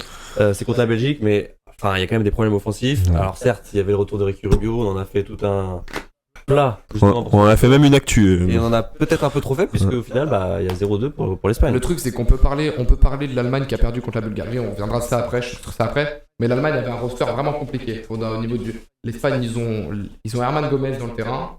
Ils ont Rubio, ils ont Joël Parra, ils ont des mecs qui sont confirmés. J'ai noté Dario Brizola qui a fait un très bon passage. Ils ont des mecs, ils ont un roster généralement qui fait du 2-0 facile. Et moi, sincèrement, j'étais très très déçu de la production espagnole. De là à dire que c'est un gros coup d'arrêt, non. Mais ça complexifie la qualification. On sait que la qualification est facile parce qu'il faut gagner juste le prochain match et que. Mais sincèrement. Attention, ils sont quand même en danger. Attention, ils sont en danger. S'ils finissent dernier de leur poule. Je sais plus qui est le dernier de la poule, mais s'ils perdent, c'est un truc facile. Je pense que c'est une équipe assez simple. Mm-hmm. Mais s'ils perdent leur dernier match, c'est sûr que c'est fini. Après, ils sont quand même en difficulté contre la Lettonie. Ils avaient perdu contre la Lettonie à la Coupe du Monde. Ils reperdent encore une fois. Sensationnel, la Lettonie, sensationnel. Qui continue son bonhomme de chemin à être performant. Moi, alors, je suis un peu d'accord avec toi sur le fait qu'il faut pas forcément s'alarmer qu'il y a encore un peu de temps, mais il faut quand même rester vigilant parce que 53 points, la Belgique, c'est pas non plus les gars, c'est une nation. J'ai noté sur ma fiche. Herman Gomez sombre sacrément depuis l'Euro 2022. Voilà, c'est tout. Moi, Herman Gomez, Juancho a disparu des circuits depuis ce temps-là. On a aucun. Il nous avait fait mal en finale quand même. C'est clair. Mais depuis plus rien. Et on a aucun jeu offensivement. C'est fatigué. Voilà, c'est ça. On laisse la place aux équipes. Il n'y a plus cette rage espagnole qu'on a connue durant. Il manquait peut-être les papilles, tout simplement. Pas de Llull, pas de Rodriguez. Les papilles. Il y a bien un moment où il va falloir apprendre à jouer sans eux. Voilà, c'est ça. Ils nous ont hantés pendant tellement d'années, mais les papilles, il y a un moment, enfin, au JO 2024, je sais pas, il y a encore plus loin, si on se projette plus loin, je sais pas si les papilles seront là, quoi. Est-ce que l'avenir de l'Espagne est serein ? Je pense que le basket espagnol peut-être subit un tournant. Alors, on est sur une fenêtre internationale, on peut pas parler de tournant, mais parce on que quand même commence à voir. en compétition de jeunes, ils sont quand même très, très forts. En compétition de jeunes, ils sont mal très aussi, forts. les Espagnols. Mais Non, moi je suis pas inquiet pour le futur de l'Espagne, mais ouais, c'est vrai que 53 points contre la Belgique, moi je trouve que c'est vraiment ça qui fait tâche. Parce que perdre contre la Lettonie, enfin du moins c'est une nation qui est quand même bien classée actuellement, la Lettonie, je crois que c'est 4ème Europe, genre 7ème monde au niveau du ranking FIBA. Mais perdre contre la Belgique et en mettre que 53 points, respect à tous les Belges qui peuvent potentiellement nous regarder, mais en face, il y a juste Obasohan et Péa Gilet. Vraiment, ils étaient deux et ils ont réussi à éteindre cette équipe espagnole. C'était pas deux quand même. Oui, non, mais félicitations à toute l'équipe. Enfin, je comprends ce que tu veux dire. Confirmés avec un CV européen. Des mecs référencés qu'on connaît, je comprends. Mais quand même, bravo à toute l'équipe de Belgique pour avoir remporté ce match contre l'Espagne quand même. Et pour revenir quand même sur Rubio, je trouve ça intéressant, enfin du moins pas intéressant, mais je comprends un peu cette part de, il veut reprendre avant tout avec sa nation les matchs. Mais je pense que effectivement c'est quand même, ils vont pas ne pas aller à l'Eurobasket parce qu'ils ont un groupe et ils vont gagner ce dernier match, mais il fallait quand même que il soit prêt à jouer parce qu'on a l'impression qu'il n'était pas. Certes, il met 11 points contre la Lettonie, mais il met 2 sur 11, 1 sur 4 à 3 points. Et puis contre la Belgique, il a forcé la main. Je pense qu'il va avoir besoin de reprendre. Ouais, il y a un temps d'adaptation nécessaire, forcément, c'est clair. Ça va peut-être venir aussi le temps en Euroleague de se réadapter, jouer en championnat. En tout cas, reprendre ses marques et pour être en forme pour la deuxième fenêtre, qui me semble est en novembre 2024, il y a encore le temps, parce que c'est pour l'Euro 2025, donc il y a le temps, voilà. Mais voilà, c'est quand même une actu essentielle à ne pas manquer. Et pour finir sur ces grosses nations, on n'a pas encore parlé de l'Allemagne. Yanis en a parlé brièvement. L'Allemagne qui se fait battre par la Bulgarie. La Bulgarie. Cette fois-ci de Cody Miller-McIntyre. Bien joué. Après 3 tentatives. De toute façon, je fais ça aussi là-bas. Et on rappelle qu'en Bulgarie, il y avait déjà Dibos qui avait fait beaucoup de fenêtres naturalisées. C'est aussi la nation de Sacha Vesenkov qui n'était pas là pour joueur NBA maintenant. Qui est joueur NBA du roster des Kings. Ouais. Et donc t'as un roster de Bulgarie qui est très faible, mais il y a une victoire face au génial Cody Miller-McIntyre qui connaît très bien la Bulgarie d'ailleurs. Il pourra vous apprendre tout le patrimoine culturel de ce pays. Et en face, par contre, au contraire de l'Espagne, comme j'ai dit tout à l'heure, c'est que l'Allemagne a un roster où c'est vraiment le fond du banc. C'est des mecs qui jouent en championnat national dans des petits clubs. Voilà. Je mesure mes mots, mais qui jouent. On voit pas sur des coupes d'Europe. Il y a certes Louis Olinde de l'Alba Berlin. Il y a David Kramer, mais il y a pas des mecs qui sont des grosses références comme en Espagne. Donc c'est un peu plus justifiable. Mais toujours est-il que c'est un upset quand même bien grand. Quand même. Champion du monde en titre, ça fait un peu tâche quand même de perdre un premier match de qualification. Mais il y a moins d'inquiétude que contre l'Espagne. Moins là, je suis d'accord avec toi. Surtout que derrière, ils ont assuré contre le Monténégro avec une victoire de 24 points. C'était leur premier match, ils ont assuré contre le Monténégro. Et que dans cette poule, je note juste, la Suède a battu la Bulgarie de 14 points. Et le Monténégro a battu la Suède. Du coup, tout le monde a gagné. Tout le monde est à une victoire, une défaite. Ah, okay. Et hyper serré pour le coup pour la qualification. Ouais, c'est ça. Tout le monde est encore dans la course. Et donc, si je dis pas de bêtises, au Colaverage, ils doivent être premiers. Enfin, donc il y a pas de problème. Ouais, il y a pas à s'inquiéter pour l'Allemagne, surtout que on regarde le match, la Bulgarie en feu au troisième quart. C'est pas comme si ils avaient déjoué tout le match, incapables de produire un haut niveau de jeu. Effectivement, ils ont un roster un peu fermé. Il manquait Timan, Hobbs par exemple, et des absents qui ont voulu se reposer, du moins s'il me semble. Mais effectivement, défaite, ça arrive. Ils ont fait leur game. Oui, vrai match des Bulgares. L'Allemagne s'est quand même rassurée. Enfin, c'était avant, mais ils ont quand même battu le Monténégro. Tu l'as dit, qui est pour le coup pas non plus une mauvaise nation de basket, avec des joueurs capables d'embêter pas mal de nations. Ils ont pas battu le Monténégro. Ils ont gagné largement. Enfin. Il y a des mecs comme Monténégro, Kendrick Perry à la main, enfin il y en a plein, on va en passer, mais il y en a un paquet, on connaît bien parce que c'est un des principaux affrontements de la France sur les dernières campagnes, etc. Mais voilà. Je pense qu'on a fait le tour pour les équipes principales de ces fenêtres européennes. Un petit débat pour finir cette émission avant le quiz qui viendra conclure cet épisode 2 d'Open Mic. C'est Yanis, tu nous as proposé une liste de quelques joueurs naturalisés qui jouent justement avec des équipes européennes. Écoute les gars, on a vu le débat tourner, on parlait des fenêtres nationales, autant parler aussi notre avis sur les Américains naturalisés. On a pas mal parlé de Cody Miller-McIntyre avec la Bulgarie. Il y a aussi, j'ai noté Chris Jones, Zach Ledey, Donta Hall qui eux jouent tous les deux avec l'Azerbaïdjan. Chris Jones lui c'est avec l'Arménie. Mike Tobey, lui ça fait un peu plus longtemps qu'il joue avec la Slovénie. Et enfin Thomas Walkup qui joue désormais avec la Grèce. J'ai Ethan Happ avec la Macédoine du Nord Macédoine du Nord qui pour l'instant est qualifiée pour l'Eurobasket. C'est une première historique. Macédoine du Nord qui met 25 points à la Pologne. Ouais, c'est ça. Demi-finaliste de l'ancienne édition de l'Eurobasket. Franchement, ils revivent leurs années Ouais, 2011 c'est où incroyable. apparemment ils sont allés en demi-finale. Faudrait faire attention, ils ont quand même un joueur, j'ai bien noté son nom, qui met 32 points et 8 rebonds. Nenad Dimitrijevic. Yevic, Ouais, c'est qui ça. joue du côté de Valence. si C'est tu ça. Ouais, ça. il était non, Kazan, il est parti à Kazan. Il a joué à Valence, il a fait du championnat espagnol, gros joueur de circuit espagnol, il est parti en Russie cette saison. Mais ouais, grosse. Enfin, du moins la Macédoine du Nord qui réalise une bonne trêve pour facilement aller potentiellement atteindre cet Eurobasket. En tout cas, pour revenir sur les Américains naturalisés, c'est sûr que ça fait débat. Je pense qu'on peut rajouter dans l'eau les Lorenzo Brown, les joueurs comme ça, voilà. Donc, Shane Larkin. et forcément, oui, voilà. Et c'est des mecs. J'ai même mis Tarik Biberovic parce que le mec est turc de base et il a été naturalisé bosnien pour pouvoir Non, jouer. c'est l'inverse, je C'est crois. l'inverse. Ah ouais, c'est l'inverse. Non, Biberovic, il a joué contre nous. Il joue avec la c'est- la Bosnie. Ouais, c'est ça. Et en fait, on va dire pas que ça biaise, ça fausse le championnat, mais en fait, la facilité aujourd'hui que les joueurs ont les Américains pour se faire naturaliser, c'est-à-dire qu'il n'y a pas un besoin d'avoir séjourné sur le territoire. Après, c'est des questions politiques aussi. Il n'y a pas besoin d'avoir séjourné sur des territoires ou sur un pays, fait que un Américain qui joue dans un championnat national et est fort peut se faire naturaliser pour n'importe quelle nation. Et on a vu Donta Hall avec l'Azerbaïdjan, ça s'est fait. Justement, je suis totalement d'accord avec toi sur le fait que. C'est trop rapide. Ouais, mais d'un autre côté, il y a quand même une limite à un joueur parce qu'on a vu Bien sûr, l'exemple de alors, l'Azerbaïdjan où heureusement. t'as Isaac Lodé et Donta Hall Et ils qui sont sont deux obligés top joueurs d'alterner. d'Euroleague.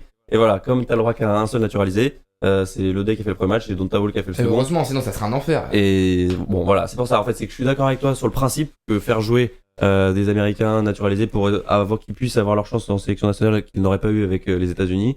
Mais d'un autre côté, il y a quand même une limite, il faut la souligner, elle est là, elle existe. Il y a cette règle d'un seul naturalisé par équipe. Après, ça équilibre le niveau. Ça permet de voir des upsets, ça permet de. Ça permet de voir des petites nations Ouais, voilà, c'est ça. Mais pointer le bout de son nez. ce qui est plus embêtant, c'est quand l'Espagne lève la France avec Lorenzo Brown qui fait un match exceptionnel. Tu te dis, est-ce que la victoire elle est totalement méritée? Est-ce que c'est une victoire, on va dire, pas patriote, mais une victoire d'une nation complète où s'il n'y a pas ruiné les règles du cheat code? Ouais, certes, mais alors les règles elles existent pour tout le monde. C'est peut-être aussi à la Ouais, c'est France ça. d'avoir l'intelligence de naturaliser un joueur manquant si besoin. En tout cas, on peut pas se plaindre de ça si c'était appliqué que à l'Espagne par exemple. Forcément, Ah oui, ça non. serait déloyal. Ah. Mais là, je comprends totalement le point de vue. Et pour être franc, je le partage même. Je suis plutôt d'accord avec toi. Je trouve que ça fausse un peu la concurrence. Mais d'un autre côté, les Français, bah, ils ont aussi cette possibilité-là s'ils le veulent. Ils ont toqué à la porte de Embiid aussi, on rappelle. mais- Ouais. Qui a failli. Embiid aux dernières infos qui jouera pour la team USA. Je sais pas, Qui jouera, ouais, j'ai Ouais, vu le on a vu roster. le roster. On va passer un bon moment, je pense, devant la Je télé. pense qu'il y a un des épisodes qui parlera des Ah ouais. JO, Ouais. quelque chose comme ça va être. C'est exceptionnel. Restez branchés. Place au quiz pour conclure ce deuxième épisode d'Open Mic. Messieurs, je vais. Quiz qui sera donc proposé par Yanis et on va pouvoir enfin marquer Enfin, un une point. victoire. Soit Giulio, Enfin, une victoire. soit moi. Je sens que je vais perdre. Mais non, faut toujours être. Non, mais soit. Les amis, c'est l'heure du grand quiz. Quiz FIBA. Alors, j'ai préféré un peu étaler le quiz dans le sens où j'ai axé 2 questions sur les fenêtres internationales et après j'ai fait sur l'Eurobasket parce que c'est pour les qualifications à l'Eurobasket. Ouais. Donc, vous avez des infos plus globales sur la compétition. Et voilà. Voilà. Première question. Elle concerne l'actualité. Qui a fini meilleur scoreur des Bleus lors de cette fenêtre internationale? Meilleur scoreur au cumulé. Des Ou Bleus de moyenne, en moyenne, enfin, sur les deux matchs. En moyenne, ouais, sur les 2 matchs. De toute façon, au cumulé, c'est le même. Oui, c'est ça. Enfin, je veux dire, Ça bouge pas pas. sur hein. un seul match, pas la Ouais, meilleure perte, c'est au Non, total non, des c'est deux. au total des Ouais. 2 rencontres. La moyenne 2 points. Et j'aurai après, si vous avez Moi, pour être franc, j'ai le meilleur marqueur du deuxième match contre la Bosnie. le meilleur marqueur au total Ouais. en moyenne. Moi, je crois que j'ai Je le le- marqueur du premier match. Mais... Ah, moi j'ai le deuxième. Ouais, je le mets. Mettez en moyenne, mettez en moyenne parce qu'il y a des joueurs, faut voir sur les 2 matchs. hein. Il y a des joueurs qui ont été bons premier match et mauvais sur le deuxième, C'est ça. etc. C'est possible. hein. Allez, moi je vais mettre par rapport au deuxième match parce que j'ai pas vu le premier match, je dois être honnête, j'ai suivi le résumé et tout. Mais et moi, je j'ai sais juste vu ça. Bah, je sais que Mathieu a fait des bonnes performances, je vais pas le mettre. Pour moi, je le dis pas pour pas que Jules s'en inspire. Moi, je vais mettre. Moi, j'ai vu ça. Mais ça me semble. On n'a pas mis le même. Moi, j'ai mis Gershon Yabusele. Je sais qu'il finit meilleur score du deuxième match, ça j'en suis sûr. Après, est-ce qu'en moyenne, il a fini meilleur score Gershon et Abouzele, c'est très intéressant. Et toi, t'as mis qui, Giulio? Cabarro, moi, j'ai mis. Timothy Je crois qu'il Luau met 15 Cabarro. points contre la Croatie. Timothy Luau Cabarro finit meilleur score du premier match, Ah, mais Chelsea. le meilleur scoreur des 2, c'est Gershon Abouzele avec Je le savais, je l'avais écrit en plus. C'est grave. 13,5 points de moyenne. Deuxième, c'est Strazel avec 11,5. Mathieu, ouais, c'est ça. j'avais- Et troisième, Timothy Luau Cabarro Ah. avec 9,5 points. Et après, il y a Poirier avant. On Il a est- fait un mauvais deuxième match, Timothy Luau Cabarro. Ah, Ah, si seulement Donc, j'avais vu ce que j'avais écrit. 1-0 pour Mathis, c'est que le début, on rappelle quand même qu'il y a d'autres petites questions. La deuxième question, on parlait des Américains naturalisés. On démarre crescendo, on va dire que là ça reste encore assez facile.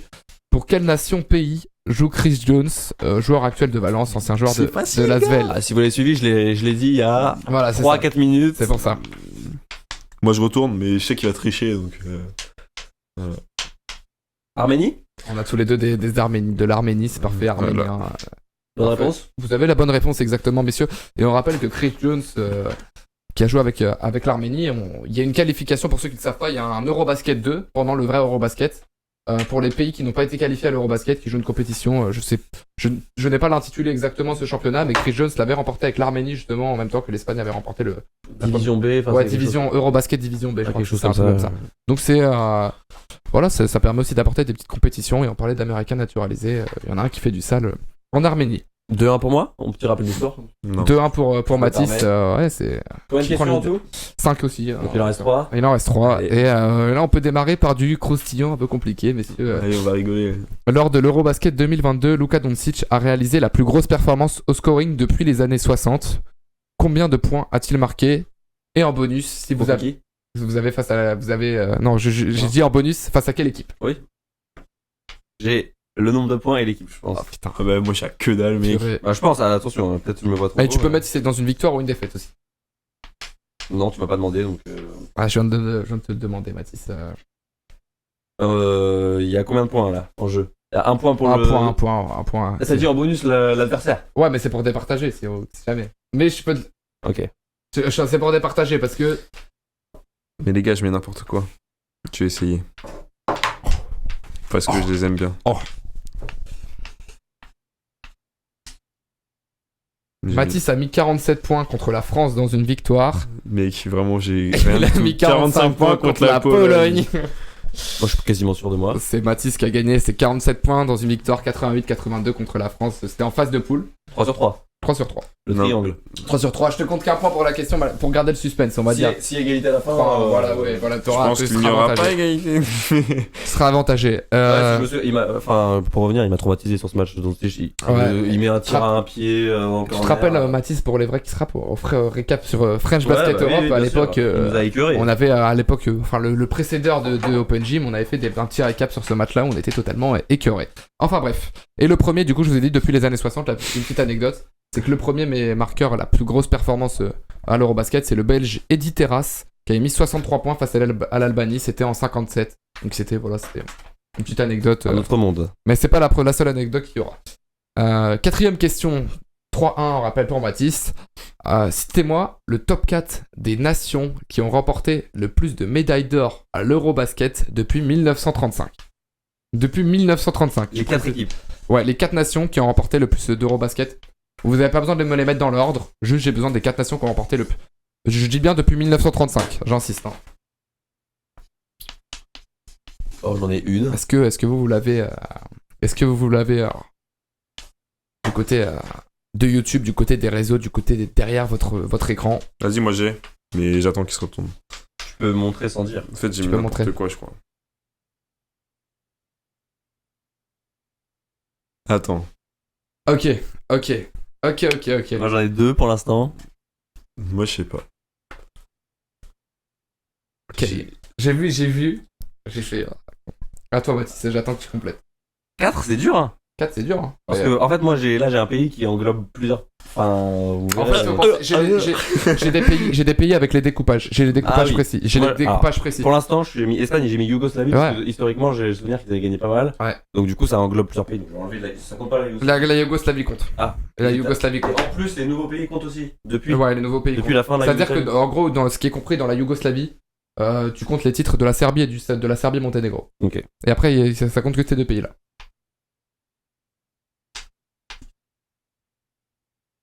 Lituanie, Espagne, Yougoslavie. La France, on en a gagné qu'un. Je pense pas qu'on soit dans le top 4 quand même. Allez, la patrie. Patriote. Allez, patriote. attention. Il y a forcément des équipes qu'on a gagné plus. Est-ce qu'on mettrait pas un petit timer, Mathis? 5 secondes. 5, J'ai pas d'autres. Je vais mettre la France, mais bon, on en a 3, qu'un, ça m'étonnerait. Allez, je le mets quand même. 2. Ah non, en fait, 1. c'est pas possible. Ça peut pas être la France parce que tout le monde. Enfin, Allez, écris, mon grand. j'ai pas d'argumentaire, donc je vais mettre France, mais pas convaincu. Donc Mathis, t'as mis l'Espagne, la Yougoslavie, la Lituanie et la France. Julio, il a mis L'URSS. Ah ouais, l'Allemagne, la Yougoslavie et l'Espagne. URSS en plus. Attention, alors la première, c'est bien l'URSS ou la let's Russie, Un avec point, un 15 médailles d'or et de largement devant. Deuxième, c'est la Yougoslavie, Serbie avec 8 médailles d'or. Troisième, c'est l'Espagne avec 4 médailles d'or. T'as mis quoi toi Allemagne. Allemagne ou Lituanie, attention le gros débat. Et bah figurez-vous que la Lituanie avec 3 médailles d'or, l'Allemagne n'a jamais remporté l'Eurobasket. Attends, mais il y a 3-3. Il y a 3-3. Un point chacun. Non. Il y a 3-3. J'étais si bien parti. Attendez, si vous voulez, j'ai un petit facteur pour vous départager. Ouais. Vous pouvez départager. On a 3 des 4. J'ai le 5e et le 6e. Parce que après, toutes les autres nations, donc c'est la France, c'est-à-dire que la France, par exemple, l'Allemagne, etc., sont des, il y a plein d'équipes qui sont à une seule remportée. Allemagne 0, tu vois. Quelles sont, ouais, 0 Allemagne. Quelles sont les deux équipes 5e et 6e à l'avoir remporté déjà 2 fois? Vous en citez Une sur les deux. une sur les deux. T'as une idée T'as dit quoi? C'est quoi la question? Les équipes 5e ou 6e. 5e ou 6e? Du palmarès. Comme ça, on vous sépare et ça fait un petit point. Et ça peut relancer la machine, on sait jamais. Sur Slovénie, ça compte? Slovénie, ça. Oui. Ah, est-ce qu'ils en ont remporté 2? Toi, sinon, toi, c'est des Moi, je équipes. pars sur ça. Bah, du coup, je vais parler de ça parce que Ouais, c'est parce trop que- facile. Je suis plus rapide que toi. De toute façon, on t'a dit qu'il y en avait 2. Pour raisonner méthodiquement. Oh non, je suis en ouf! Trop tard, c'est changer. dit. Ah. Je suis en ouf! Laisse-moi. Ah, c'est bon, je l'ai. Grèce. Putain, mais je voulais le mettre. Enfin, Ah là là là là. Du coup, t'as mis Slovénie. Slovénie, c'est une fois, 2017. La Grèce est Mais- 6e du classement. J'ai Et, eu un flash. et 5e, et là, c'est là que Giulio me déçoit énormément. C'est l'Italie. wesh! Avec 2 médailles d'or. Et voilà. Et à noter, voilà la petite anecdote qui va vous régaler. Parce que j'ai une petite anecdote qui vous régale. 4-1. Victoire de Matisse, 4-1. 4-2. Victoire écrasante. Avec 4-1, 4-2, ouais. Les amis, en 1949, donc c'est-à-dire peu après la création de l'Eurobasket, l'Égypte a joué l'Eurobasket puisqu'ils étaient sous domination anglaise. C'est le royaume d'Égypte qui jouait l'Eurobasket. Et bah figurez-vous que le pays a remporté l'Eurobasket. Donc, au palmarès de l'Euro, il y a l'Égypte qui a gagné. Il y a l'Égypte qui a gagné l'Eurobasket, j'ai vu ça sur Wikipédia. Et en plus, ils ont gagné en finale contre la France. Voilà. Dur. Donc, on a perdu l'Eurobasket Qu'est-ce qu'on est trop gentil, c'est pas possible. en 1949 et ensuite en 1953, ils ont pris la liste de l'Afrobasket puisqu'ils ont devenu Ouais, indépendants. logique. Donc voilà, petite anecdote, l'Égypte figure parmi les vainqueurs de l'Eurobasket. D'ailleurs, qu'il y a une belle nation en afro-basket, Ouais. l'Égypte, ils se Assez représentent marré, bien. il y a des bons joueurs. Ouais, voilà. 5e question, 4-1 pour Matisse. Les jeux sont faits. L'honneur, par contre, peut être sauvé. Ouais, j'essaye, mais c'est dur. Qui est le meilleur scoreur de l'histoire de l'Eurobasket en nombre totaux de points inscrits? J'ai bien dit totaux. C'est-à-dire que on s'en fout du nombre de matchs joués, on s'en fout. Nombre de points totaux. J'en mets 2. J'hésite entre 2 et j'entoure la bonne réponse. Ok. De Hmm. toute façon, j'ai le top. Moi, je vais faire pareil.